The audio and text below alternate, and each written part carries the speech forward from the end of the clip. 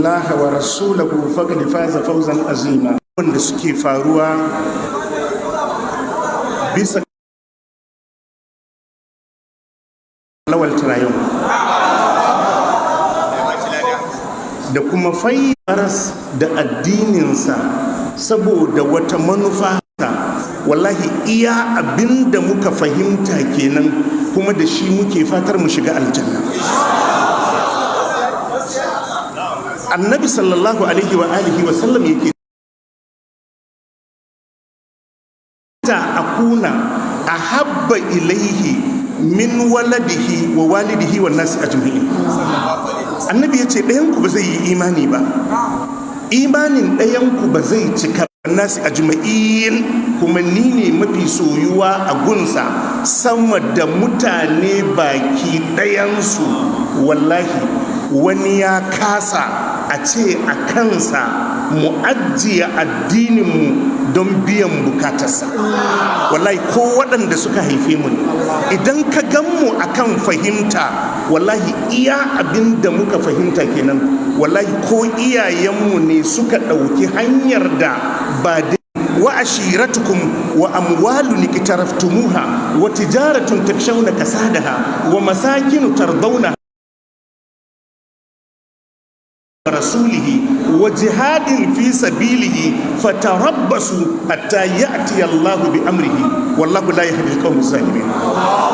Allah yace ka gaya ma al'ummarka, in kana aba'ukum, idan har iyayenku su suka fi muku, wa abna'ukum ko ƴaƴanku su suka fi muku, wa ikwanukum ko ƴan uwanku su suka fi muku, wa azwajukum ko matanku su suka fi muku mata ko mazajenku su suka fi muku, wa ashiratukum danginku su suka fi muku, wa amwalun iktaraftumuha ko dukiyar da kuke nema, wa tijaratun takshawna kasadaha ko dukiyar da kuke tsoron kar ku yi asararta, kar ku yi kwantanta, kar ta lalace muku, wa masakinu tardaunaha ko gidajen da kuka gina wadda kuka gamsu kun yi isassun gidaje, ahabba ilaikum minallahi wa rasulihi. Idan waɗannan su ne mafi soyuwa a gunku akan Allah da manzonsa, fatarabbasu, Allah ce kowa ya je sha'aninsa hatta ya ati Allah bi amrihi. Allah ce al'amarin Allah yana zuwa. Ashe idan ka fifita wani, ko da iyaye ne, ko da ƴaƴa ne, ko ƙungiya ce, ko wata tafiya ce, akan Allah da manzonsa, ƴaƴa, iyaye, mata, dukiya, gidaje, duk abin da ka mallaka, Allah ya ce ka zalunci kanka, kuma ba za ka samu dace a wajen Allah. Wata rana sayyidina Umar ya kalli manzon Allah sallallahu alaihi wasallam, ya ce ya rasu, ka ji ka fi so na akan karan kanka da kanka. Fakada Umar ya ce wallahi ya rasu, ya ce na rantse da Allah manzon Allah, la'anta ahabbu ilayya min nafsi, wallahi ka fi soyuwa a guna akan kaina da kaina. Fakada salawatullahi wa salamuhu alaihi, al'ana ya Umar. Annabi ya ce to Umar, yanzu ne imani ya zauna a cikin zuciya. Jama'a kun fahimta? Duk wannan yana nuni wallahi mun wuci mu goyi bayan wani wai don ɗan garinmu ne, ko don ɗan ƙungiyarmu ne, ko don ɗan mashabarmu ne, ko don muna tafiya tare da shi akan barna. Wallahi Allah ya tsare mu duniya da lahira.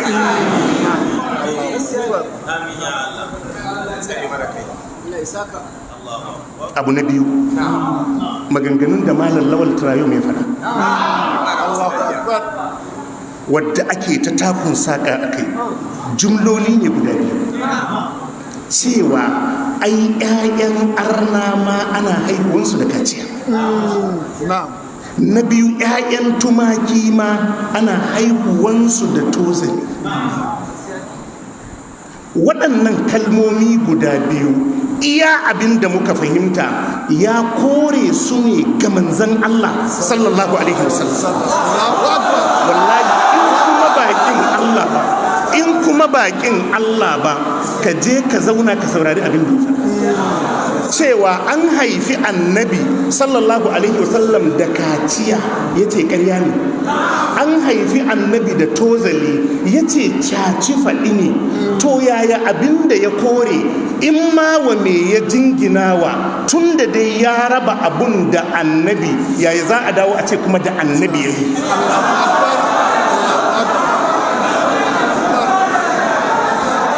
Magana ce haihuwan abun haihuwa da kaciya, ya ce ƙarya ne ba a haifi annabi da kaciya ba, ya ce ba a haifi annabi da tozali ba.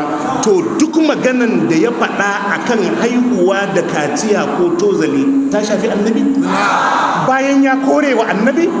Yau idan da sifa ce ta annabi ya soka, wallahi ridda ce. Gashin annabi darajarsa ba ɗaya bane da gashin kowa. Yawun annabi darajarsa ba ɗaya bane da yawun kowa. Kakin annabi darajarsa ba ɗaya bane da kakin kowa. Fitsarin annabi darajarsa ba ɗaya bane da fitsarin kowa. Wallahi in aka daga farcen annabi kai suka akan farcen, ridda ce. To waɗannan sifofi ya kore su daga annabi, ya ce shaci faɗi ne. Duk abin da ya faɗa a kansu kuma a ce da annabi ya yi. Ai yanzu idan ana so a hukunta shi da jingina haihuwa da kaciya ma 'ya'yan arna ko jingina tozali ma 'ya'yan tumaki, to sai a tabbatar da waɗannan ababen sun tabbata ga annabi. To tun da ya soka sai a hukunta shi. Na yi imani da Allah, idan waɗannan abubuwa sun tabbata sifofin annabi ne, aka ce malam lawal ya fito tsirara ya tuba, wallahi zai fito ya tuba. Amma ya kore su gabarin annabi. To me ya haɗa maganan kuma da annabi, tunda abin da ya faɗa ya ce annabi bai siffanta da shi ba. Doktor, don Allah kun fahimta?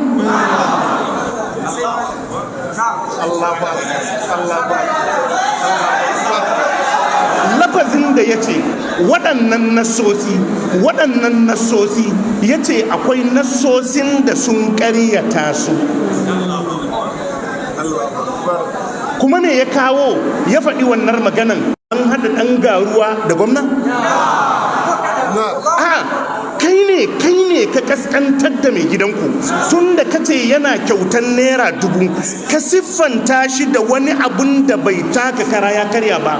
Inda cewa kai mai gidanku ko gwamnanku ko shugabanku yana kyautan irin jib prado, an isa a ce ɗan garuwa yana kyautan ta? Jama'a mun fahimta? Akwai wadda ya isa ya ce mai faskaran anguwansu yana kyautar ta? To amma sai ka jingina mishi kyautar naira 1000, sai aka samu wata da take kosai a anguwan tana kyautar naira 1000. Don Allah, kai da ka jingina mishi kyautar naira 1000, kai ka kaskantar da shi ko wadda ya ce ga wata ma tana kyautar naira 1000? Kai ka kaskantar da shi.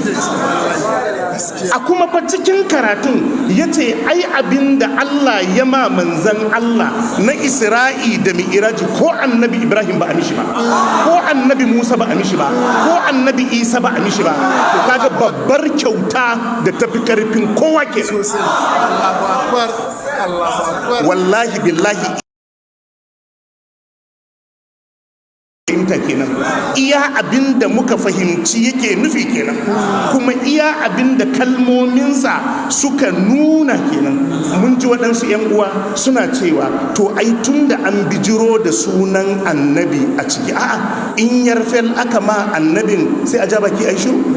Man sagir kaman wani ne ya ce ni ina bautan annabi, kamar wani ne ya ce ni ina bautar annabi, sai na ce bautar da kake yi ta tafi a banza.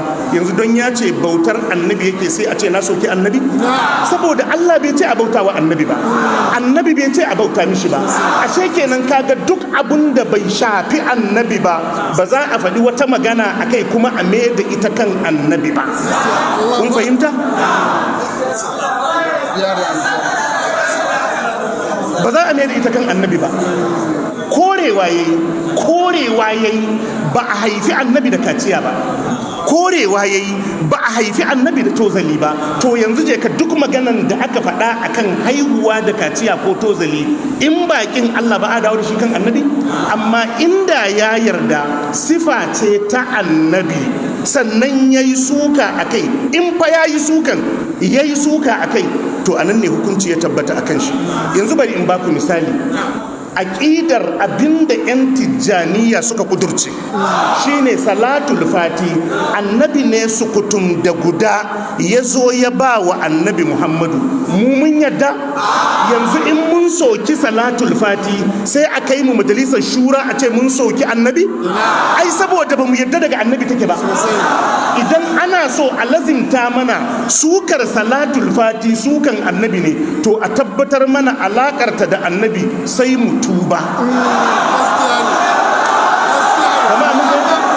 Amma tun da ba mu yadda ba, saboda haka yanzu in ana so a jingina wa malam lawal cewa ya ɓaci annabi, to abinda ya faɗa akan haihuwa da kaciya game da 'ya'yan arna ko haihuwan tumaki da tozali, to fa sai abun ya tabbata ma annabi, sai a ce to tun da ka siffanta arna da shi, to fa ka siffanta abun da ya shafi annabi. Jama'a mun fahimta? Amma idan abun bai shafi annabi ba kuma an gagara tabbatar da abun daga annabi yake, mun fahimta? To wallahi son zuciya ne kace ya ɓaci annabi.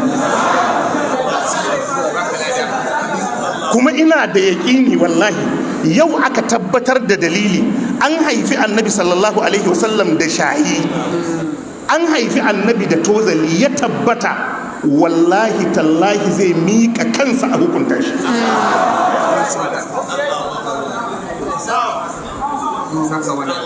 Jama'a mun fahimta?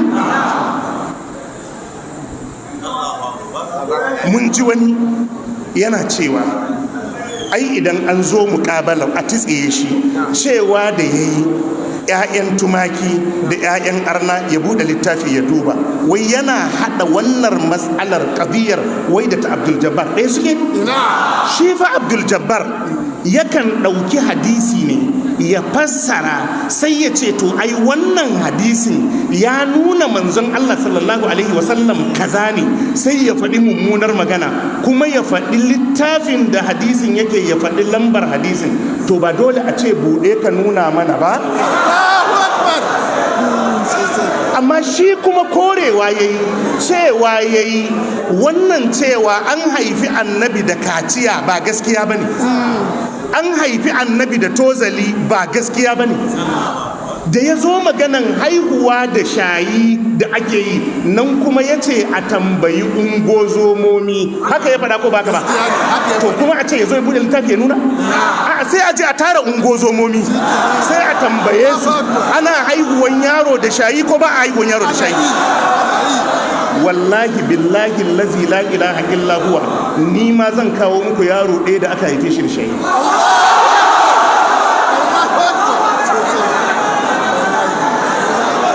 Wallahi jama'a mun fahimta? Cewa yayi a je a tambayi ungozomomi, to sai suka ce wai ya bude littafi ya faɗi inda 'ya'yan awaki cewa yayi a tambayi ungozomomi. Saboda haka yanzu in aka tambayi ungozomomi suka ce ba a haihuwan yaro da kaciya, to sai a hukunta shi. Abinda zai bude littafi ya nuna a cikin karatunsa yake cewa nassosi sun karyata wannan maganan, to yanzu tunda ya ce nassosi sun karyata wannan maganan, to yanzu sai a sa ya bude littafi ya nuna nassi da ya karyata an haifi annabi da kaciya.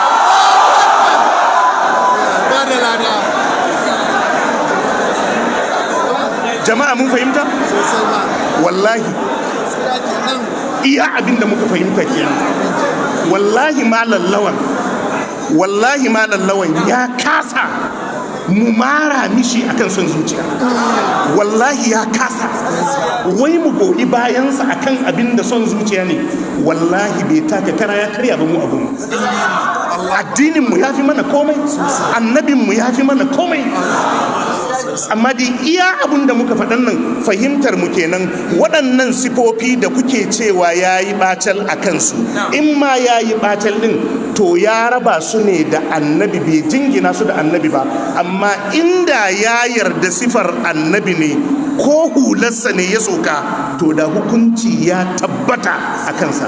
Yanzu in ana so a hukunta shi, a tabbatar mishi aihuwa da kaciya yana da alaka da annabi, haihuwa da tozali sifa ce ta annabi, to shi kenan sai a kama shi a hukunta shi. Amma in dai kun yadda ya kore ne, to tunda ya kore, ko me ya faɗa ma ai bai shafi annabi ba, tunda ya ɓambara abun a cikin manzan Allah.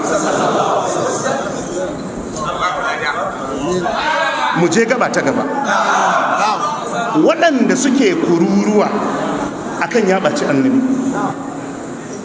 wallahi ba wadda ya kai su zubar da kima da munanan maganganu akan manzon Allah sallallahu alaihi wa sallam. Babu, ba wadda ya kai su munanan magana akan Allah, munanan magana akan manzon Allah sallallahu alaihi wa sallam. Mu yi magana akan na kwanan nan da ya faru. Ɗaya daga cikinsu yake ce ma annabi sallallahu alaihi wa sallam hankaka. Yana siffanta manzon Allah, ya kira annabi hankaka, ya kira shi da waɗansu tsuntsaye. Yan uwa, don Allah mu buɗe zuciya. Idan abin da muka fahimta nan shine daidai, Allah ya tabbatar da mu a kansa, ya kashe mu a kansa. Idan kuskure ne, Allah ya ganar da mu dai. Don Allah ku buɗe zuciya. Ya siffanta annabi da tsuntsaye da yawa. Daga cikin tsuntsayen akwai hankaka. Za mu zo mu yi darussa ko magana a kansa. Mu ɗauki hankaka, Dokto hankaka, ka ajiye maganan addini. A Hausance al'adar hankaka ɗauki kwai ɗin yakan je ne ya ƙyanƙyashe, a'a yakan ɗauka ne ya je ya rubar da shi a cikin ɗakinsa.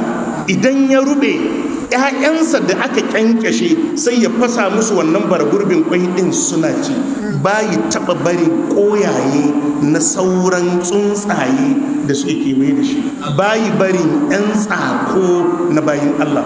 Yanzu wannan dabban da a Hausance Hausawa sun yadda hankaka da Musulmi ya ce akwai waɗansu dabbobi 5 kulluhunna, annabi ya ce duka 5 ɗin nan fawasi tsuntsayen banza ne, fasikai ne.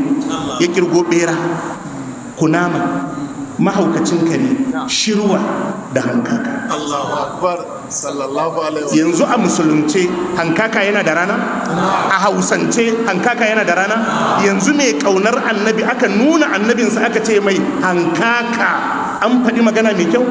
Amma yaya ba ku tada tsuminku akan Malam Mansur da ya ce ma annabi hankaka? Ko ba ku karanta hadisin da annabi ya ce hankaka fasiki ba ne? Ka je ka duba sharhan hadisin, malamai sun yi sharhan hatta nau'in hankakan da yake da wannan baki da fari din, ina shine irin hankakunmu. Ba ku karanta dabbobi fasikai ba? Annabi ya ce ya qatulna fil hilli wal haram, ya halatta a kashe su a cikin harami da wajen harami. Ba ku karanta annabi ya ce hankaka fasiki ba ne? Kuka ce wa annabi hankaka? Ba ku iya rubutu akan wannan ba? Ba ku iya zanga-zanga akan wannan ba? Ba ku wasa makamankun da kuka wasa akan Malam Lawan akan wannan ba? Allahu akbar. Yanzu wannan munin zance don Allah ya kai ma wadda kuma yake ce ma wannan malamin Maulana ya zo ya daga jijiyar wuya akan wannan maganan, in bakin Allah ba? Annabi Muhammad sallallahu alaihi wasallam ya ce ma hankaka, ka ɗauke duk wani karatun addini a Hausance aka ce hankaka, kirarinsa sai a ce me da ɗan wani naka. Yanzu ya kamata wannan dabbar a siffanta manzon Allah da ita? To ina tsuminku yake ku Muhammadawa? Ina son annabin yake? Idan ka yi mafarki kaga katon raƙumi ya ce annabi ka gani. Man jarumi, bari ka ji yadda abin yake. Shi manzan Allah wallahi duk duniya ba wadda ya isa annabi ya rikida a siffansa ko a mafarki ne. yan uwana kun fahimta? Manzan Allah duk duniya ko a mafarki kaga sifar sayidina Abubakar aka ce ma annabi ne ba annabi. Domin abu ya ce manzan Allah sallallahu alaihi wasallam shine mafi kyan fiska, shine mafi kyan diri da halitta. Wallahi duk duniya ba wadda ya isa annabi ya rikida a siffarsa, saboda shine shakundun. Shi annabi sai dai a ce sayyidina Ali na kama da shi, to an kara ma sayyidina Ali daraja. Sai a ce nana Fatima tana kama da shi, an kara mata daraja. Sai a ce Hamza yana kama da shi. Duk dage wandunan mu da muke ba muna so mu yi kama da shi bane? To shi kai ka kasa, shi kuma ya kwaikwaye ka yi kama da kai. Amma kun fahimta da kyau? Kun fahimta da kyau? Tun kan a haifi manzon Allah sallallahu alaihi wa alihi wa sallam, Allah ya ba da labarin manzon Allah cikin littattafan da suka gabata. Abdullahi bin Salam da Allah ya ce allazina atainahumul kitaba ya'rifunahu kama ya'rifuna abna'ahum, yace waɗanda aka ba su littafi sun san manzon Allah sallallahu alaihi wa alihi wa sallam kamar yadda suka san ƴaƴan cikin su. Abdullahi bin Salam yace ni na san manzon Allah sallallahu alaihi wa alihi wa sallam sama da yadda na san ƴaƴan ciki na. Yace domin ƴaƴan ciki na ina sanin su ne bayan an haife su, shi kuma tun a karatun littafin mu na san shi, na san sifofinsa. Tun annabi na yaro waɗanda suka karanta sifofinsa a cikin attaura da linjila suna gamuwa da annabi sukan gane wannan shine annabin ƙarshen zamani. Shi bai canza ba zai kuma shiga kalan wani ba, bai canza ba kuma ba zai shiga kalan wani ba. Shi din nan da aka ba da labarinsa shine a haka ya girma a cikin kamalarsa, a haka ya rayu, a haka ya koma zuwa ga Allah subhanahu wa ta'ala. Ni jama'a kuna fahimta? Shi yasa Muhammad bin Sirin idan ya fito a sifarsa, jama'a kun fahimta? Allah ya jikan Professor Zubairu Abubakar Madaki ya ce idan ka yi mafarki ka ga wani baki dogo mai furfura da saje, ya ce guruntum ka gani ba annabi ka gani. Jama'a mun fahimta? Saboda haka idan mutum ya ce ya yi mafarkin manzan Allah sallallahu alaihi wa alihi wa sallam, to sai ya fito a yarda sifofin manzan Allah yake, tafiyarsa, girman jikinsa, yanayin cin abincinsa, kwanciyansa, dariyansa, murmushinsa, kalan jikinsa, tsayin gashinsa, furfurarsa, komai yana rubuce a cikin littafi. Mu inda za mu yi kiliya da manzan Allah wallahi da mu gane shi. Jama'a kun fahimta? To inda nake so na kai ku, wallahi duk duniya wani ɗa ya kasa annabi ya rikida wai a sifarsa, ya fito a sifarsa. To annabi da bai fito a sifar su Abubakar da Umar bai fito a raƙumi? Malam idan ka yi mafarki ka ga raƙumi ka gani, amma ba manzan Allah ka gani ba. Amma in uwa kuna fahimta?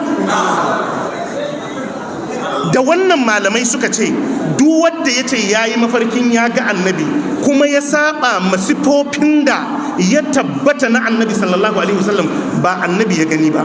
Domin annabi ba zai rikide ya fito a babanka ba, annabi ba zai rikide ya fito a malaminka ba, zai fito maka ne a siffarsa, domin siffarsa ita ce mafi kamala. Duk wata sifa da annabi zai bayyana a cikinka, to sifar ci baya ne ga manzon Allah. Amma mu ne muke kwaikwayo, mu yi kokari mu siffanta da waɗansu sifofinsa don mu ƙara daraja, amma ba shi ya fito maka a alaramma ba. To idan kun gane wannan gaban, yanzu annabin da bai bayyana a sifar limamin ku ba ya zo bayyana ma wani a mafarki ya fito mishi a babban raƙumi? yanzu don Allah Muhammadawa waɗanda kuke da kishin annabi, kawai ka kalli raƙumi a ce in kai mafarkin kaga katon raƙumi annabi Muhammadu ka gani, don Allah in ba jin haushin malam lawan ba wannan bai kamata ya baka haushi ba?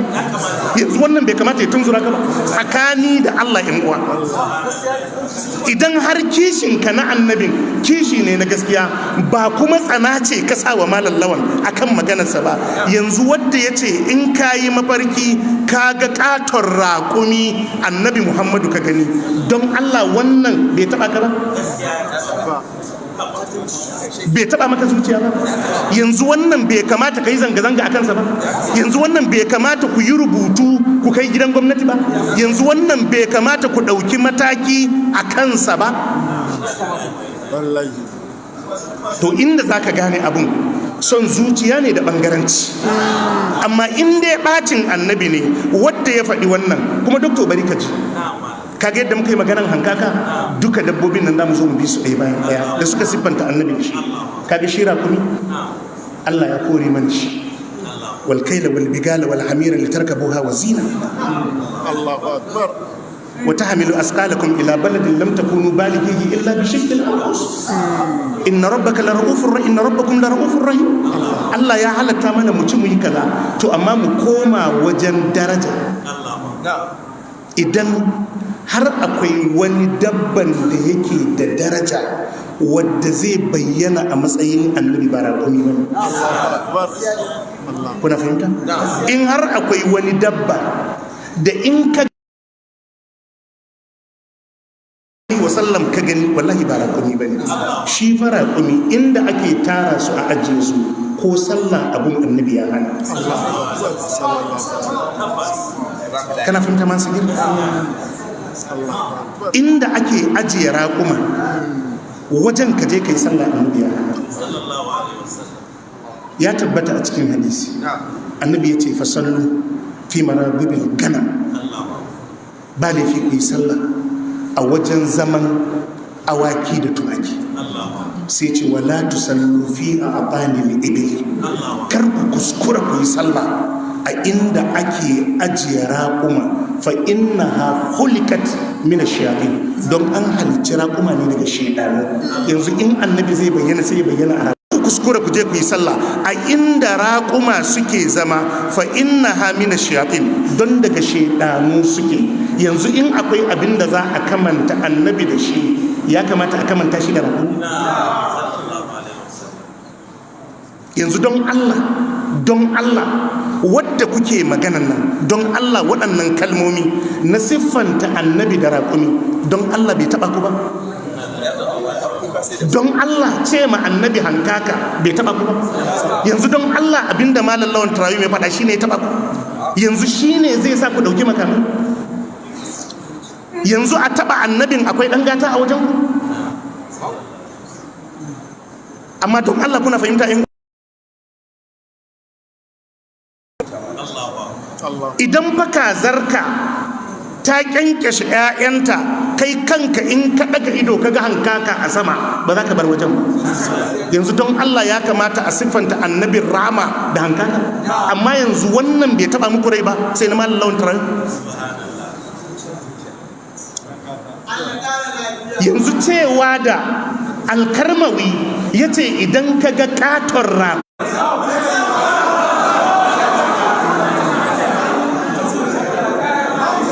jama'a mun fahimta? Yan ɗariku sama da shekara 40 ana wa'azi, ana cewa ku fito ku karantar da jawahirul ma'ani, sun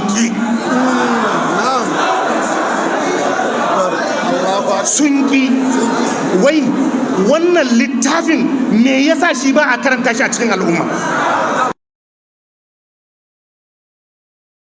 Ne ya taso ya ba ma shehu tijjani kaza da kaza. Shi annabi Muhammadu mun gani a Qur'ani sallallahu alaihi wasallam, Allah ya ce ya ayyuhar rasulu ballik ma unzila ilayka min rabbik, ya ce ka isar da abunda aka aiko ka da shi ballik ma unzila ilayka min rabbik, ka isar da abin da aka saukar maka daga wajen ubangijinka.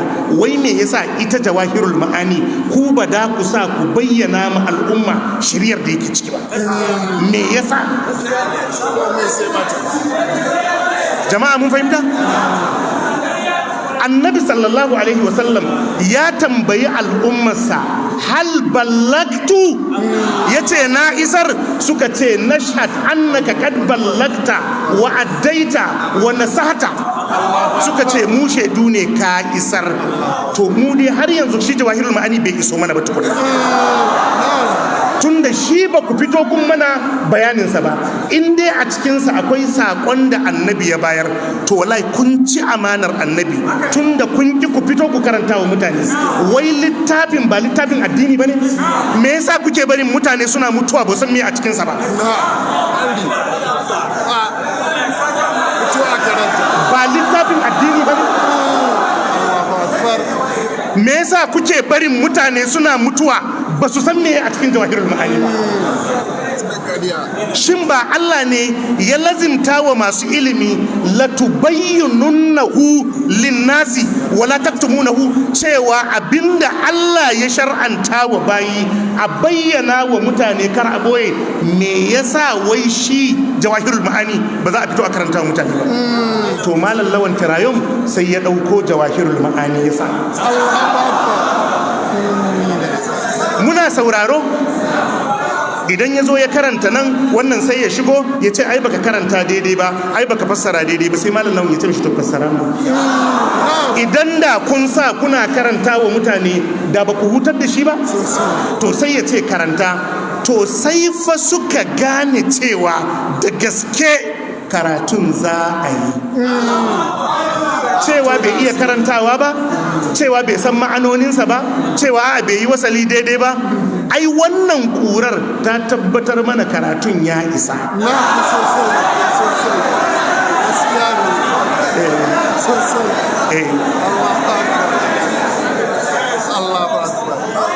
Kamar wani yare ne wadda bai jin Hausa, sai ya zo ya same ka ya ce maka shegiya, kaga ai bai yi wasalin daidai ba.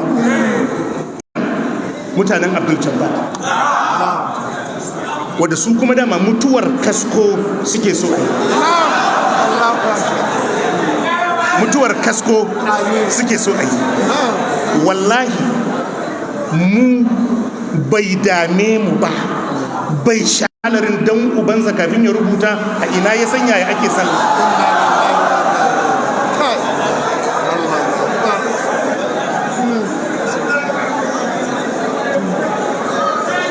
Jama'a mun fahimta?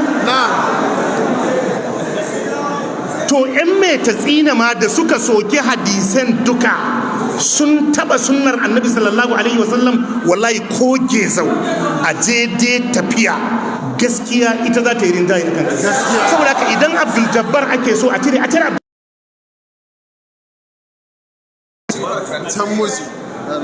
Abdul Jabbar. Ba sai an yi wani dungu-dungu ba, ba sai an bi wani lungu da sako ba, ku cire shi ya tafi abunsa. Ahlus sunna suna nan daram.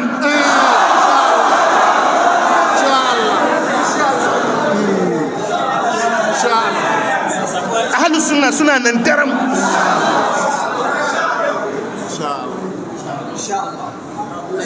To bangare na uku akwai yan mai tatsini, tunda kun san sunna ce yanzu suna so su yi alliance da yan dariƙa da sauran yan bidiya. Sunna ce suna so su raɓi yan ɗariƙu su mannu a jikinsu. Muna kallon ku, in dai yan mai tatsina ne, ba mu manta ranar baya ba su raɓe ku. Wallahi waɗannan mutane ko gogewa ta rayuwar duniya mutum ke da shi, bai zai bar waɗannan yan mai tafi nan sun rike Qur'ani sai suka rabe su. Ka bi duk inda aka yi yakin mai tatsi ne, tun daga Kano, Borno, Gongola, Gombe, duka inda aka yi yakin mai tatsi ne, wallahi waɗanda aka fi yankawa su ne alarmomin tsangaya. Wallahi waɗannan malamin Qur'ani to su je su rabe su. Ai shi ɗaya daga cikin 'yan metatsinan kullum maganansa wahabiyawa 'yan ta'adda 'yan kaza 'yan kaza 'yan kaza. Na ce to yanzu duk ta'addancin wahabiyawan nan ba za ka ware rana ɗaya kuma ka mana bayani akan Muhammadu Marwa Metatsina ba? Ai tun da kana magana akan 'yan ta'adda to sai ka fito ka yi magana akan Muhammadu Marwa Metatsina shi kuma muji, domin shi declaring ɗan ta'adda. Hukuma gwamnati ce kuma ta yaƙe shi. Me yasa a cikin 'yan ta'addan baka kawo Muhammadu Marwa? Gaskiya ne. Akwai ɗaya daga cikinsu, wannan ɗan Katsinan, wata ran ya zauna yake cewa suna da yaƙini, suna da tabbas, ya kira sunansa ba sunan yanka. Muhammadu Marwan nan shine asalin sunan yankan Metatsina. Ya kira sunan ya ce suna da tabbas da yaƙini Malam Muhammadu gwamnati ne ta yaƙi shi. Allah kaɗai ya san adadin sojoji da suka rasa ransu a sanadiyar yaƙin Metatsina. Allah kaɗai ya san adadin 'yan sanda da suka rasa rayuwarsu a sanadiyar yaƙin Metatsina. Allah ya san iya adadin fararen hula da ya ce zaluntarsa aka yi a bainar jama'a. Ina masoya ɗin, ina masu son addini, ina masu son Kano. Na'am. Allahu Akbar. To yanzu wai waɗannan 'yan Metatsinan wai su ne suke barbaran 'yan ɗari. Wai iyayen gidansu ne. Iyayen gidansu ne. Akwai wani wanda ya fahimci sunna da zai bi wannan gidajen? To saboda ya lura a cikinsu ne zai iya ɗiba. Kuma ga ku ga su inda 'yan Metatsina ne, ga ku ga su. Ai wadda ya ce duk wani littafi ƙarya ne idan ya taba ahlus sunna da sauki, amma in ya taba dan dariƙa ai kai ya taba.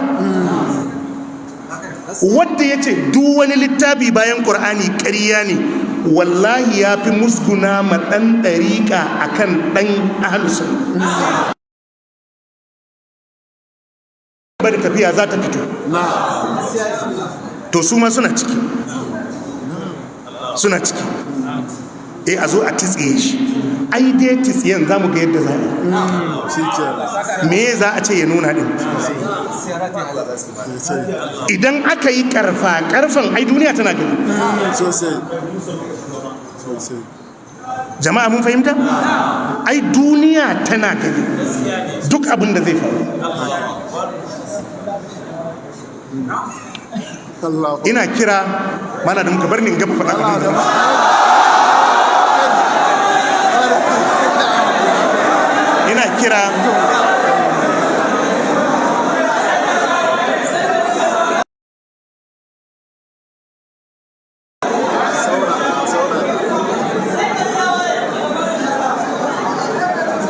ina kira ga 'yan uwa ahlus sunna, ku ɗauki wannan a matsayin nasara. La tasabuhu sharran lakum bal huwa khairun lakum. Shi yasa muka sa malaccan suna Trayon. Nasara ce. Nasara ce. Duk wannan maganan shura da ake nasara ce. Ai mu yanzu an bude mana kofa, duk wanda yayi wannan katobaran akai gidan gwamnati, wani ya kai gwamnati bai karba ba? Insha Allah kafin su kai na mutum daya wannan katobaran, yanzu daga jiya zuwa yau ina da sama da guda 100 a waya. Na kuma galibi malaman sunne a nan Kano, wadda suke wannan sakin bakin akan Allah da manzon Allah. Saboda kar ku ɗauka in an yi zai wuce. Sannan an bude kofa, duk wanda ya yi wannan katobaran ku yi filin, ku kai wa gwamna, a kai wa shura, a tsiye shi. Za a gama da abun.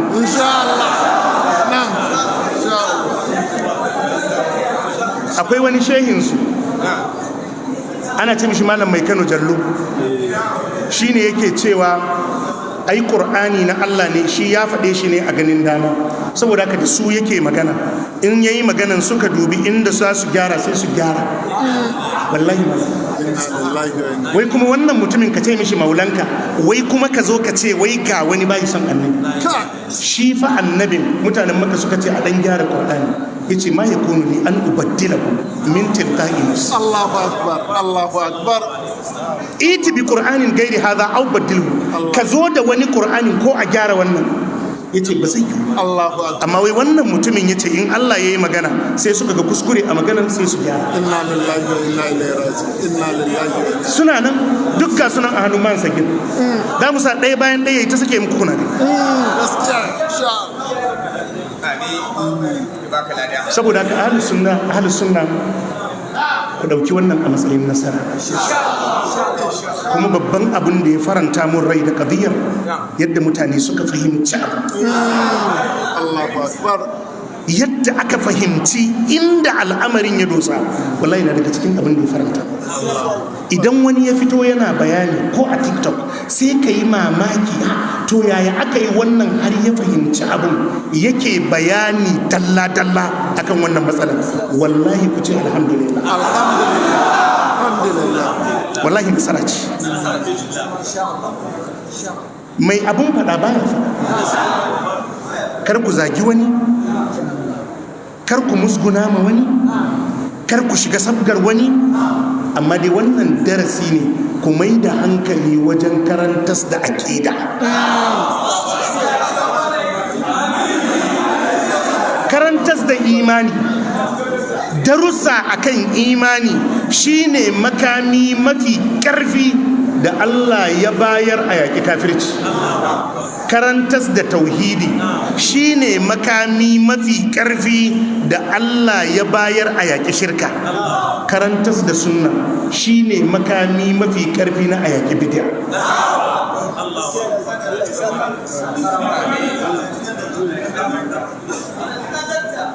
Abu na biyu, su waɗannan gamayya, don jiya na ga wani gangaminsu da suke bayani shehunansu da malamansu sun ba su izini idan gwamnati bata ɗauki mataki ba su tanadi makamansu, su wasa wukansu, kuma da su iya ɗaukan mataki, an san da su iya. To muna ba ku shawara kar ku ɗauki mataki. Duk wanda ya ɗauki makami ya farma wani zai yi dana sani. Wallahi billahi muna ba ku shawara kar ku ɗauki makami ku farma wani. Ku yi haƙuri. Malam Lawan bai ɓaci annabi ba. Ku yi haƙuri. Malam Lawan bai ɓaci annabi. Wanda ya ɗauki makami ya farma wani wallahi zai yi ɗan dana sani. Wallahi za ka zo ka yi bidiyo kana ba da haƙuri, kana kaskantar da kai. Wannan shawara muka baku ba don muna tsoron abin da da ku yi, amma kar ku yi haka, kar ku yi haka. Yayin yin haka ya wuce. Ku bari idan an kama shi da laifi a hukunta shi, amma kar ku ɗauki makamankun da shehunankun suka ce ku ɗauka ku aji. Wukakenku da kuka wasan ku yi haƙuri ku aji, ku jira abinda gwamnati za ta. Ku yi haƙuri. Wannan shawara ce. Kar ku ɗauki makami, kar ku farma wani. Duk wadda kuka far musu da ku yi ɗan da na sai sosai. Za ka zo ka ce da ka sani da baka yi ba. Duk malamin da ya zuga ka ka ɗauki makami ka farma wani, wallahi zai barka a ruwa.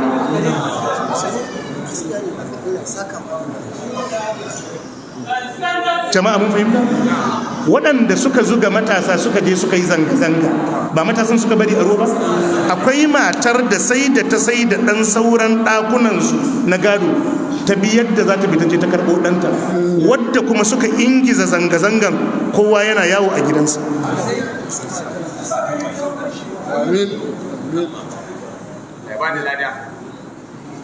Ku yi haƙuri, kar ku ɗauki makami, kar ku farwa kowa. Wannan ba muna yi da su masu cada su ɗauki mataki akan Malam Lawan ne. Muna ba ku shawara kar ku ɗauki mataki, ku bari hukuma ta yi hukunci. Hukuman za mu ga ta yadda za a yi. Na'am. Allah.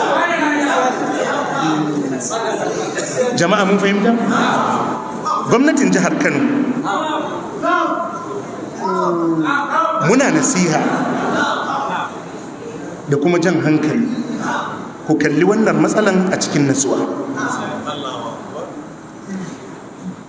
Ku kalli wannan matsalan a cikin natsuwa. Kano uwa ce. Kano uwa ce.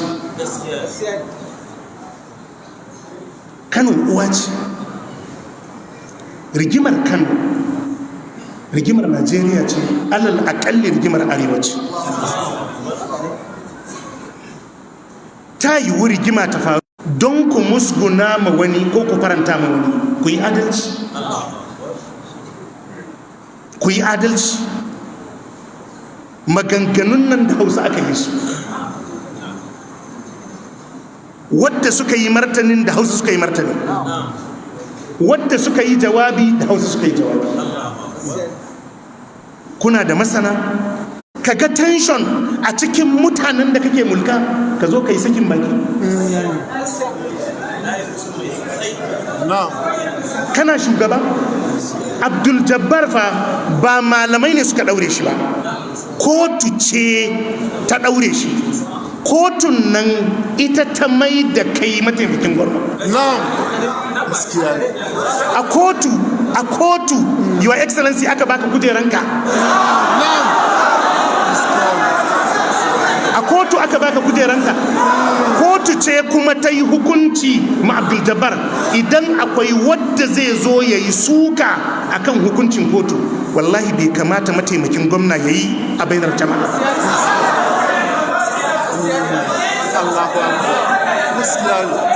Bai kamata ba. Idan akwai wadda zai kushe hukuncin kotu, to tawagarku bai kamata ku soki hukuncin kotu ba, domin kun san rananta a wajen sosai. Alkali ne ya zauna ya yi shari'a, ya yanke hukunci, ko bai maka daɗi ba a matsayinka na shugaba, bai kamata ka yi wannan barin zancen a cikin jama'a ba. Wannan ya sa mu kuma ya sa mana shakku game da adalcinsu.